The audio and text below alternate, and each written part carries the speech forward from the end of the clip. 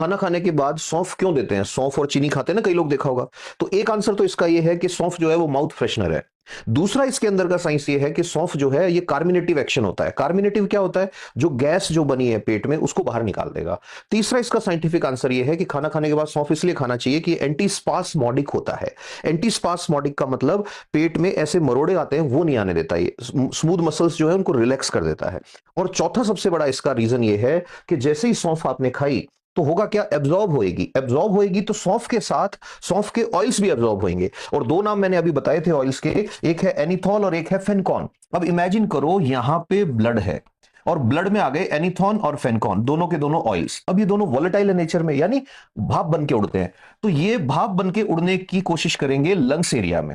अब यहां जब ये आएंगे एनीथॉल और फेनकॉन, तो ये क्या करेंगे? ये सीलिया जो होते हैं ऐसे यहां पे उनको इरिटेट करेंगे। तो सीलिया को इरिटेट करेंगे तो हमारा जो सांस लेने का रास्ता है उसके अंदर ऐसे शुरू हो जाएगी, ऐसे ऐसे ऐसे मूवमेंट शुरू हो जाएगी अंदर। वो मूवमेंट जब शुरू होगी तो उसी टाइम पे म्यूकोलाइटिक एक्शन होगा। म्यूकोलाइटिक मतलब म्यूकस, लाइटिक मतलब टूटना। तो वो जो जमा हुआ है अंदर, जिसको आम आदमी कफ कह देता है, वैसे स्पुटम होता है। कई लोग बोलते हैं कि इसको खांसी हो रखी है और कफ भी आता है। खांसी को ही कफ बोलते हैं, कफ की बजाय यू शुड से कि स्पुटम हो रखा है, म्यूकस सिक्रीशन हो रहा है बहुत ज्यादा। तो अब क्या होगा? वो जो ऐसे ऐसे वाली फीलिंग आएगी आदमी को, और उसके साथ लिपट के ये जो अंदर जमा हुआ है ये सारा का सारा ऊपर आ जाएगा और यहां से आदमी उसको स्पिट कर सकता है, थूक सकता है। तो इसका मतलब सौंफ जो है वो अपने आप में एक पूरी मेडिसिनल वैल्यू जो कैरी करता है उनको आप हासिल कर सकते हो। अब इसमें एक पेंच है कि सौंफ अगर लंबे टाइम से खुला पड़ा है या पुराना सौंफ है तो हो सकता है वो असर कम करे। रीजन वॉलेटाइल ऑयल की वजह से उसका एक्शन है।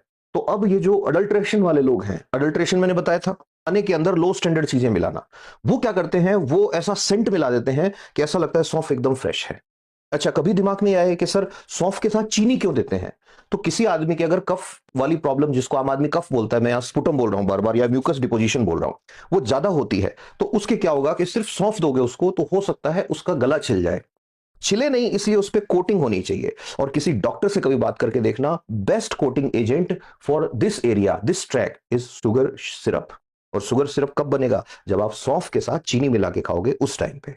अब इसमें एक चीज और ऐड कर सकते हो, कभी कोई बात चले और चले, बाकी मेंस में तुम्हारे जो मेडिसिनल वैल्यू वाला आएगा उसमें इतना लिख दिया बहुत है, दो नाम याद रख लिए बहुत है। एक और इसके अंदर ऐड कर सकते हो कि जब सौंफ आदमी खाता है तो फाइबर अंदर जा रहे हैं, सलाइवा का सिक्रीशन हो रहा है, क्योंकि उसको बिना चबाए नहीं खा सकते आप। किसी भी चीज को बिना चबाए खा सकते हो, सौंफ जीरा इनको बिना चबाए नहीं खा सकते। वो जो है चबा रहे हो तो सलाइवा का सिक्रीशन हो रहा है और अंदर जाता है तो गैस्ट्रिन मैंने बताया था आपको डाइजेस्टिव सिस्टम के टाइम, उसका सिक्रीशन भी इंक्रीज करता है। मजे आ रहे हैं ना?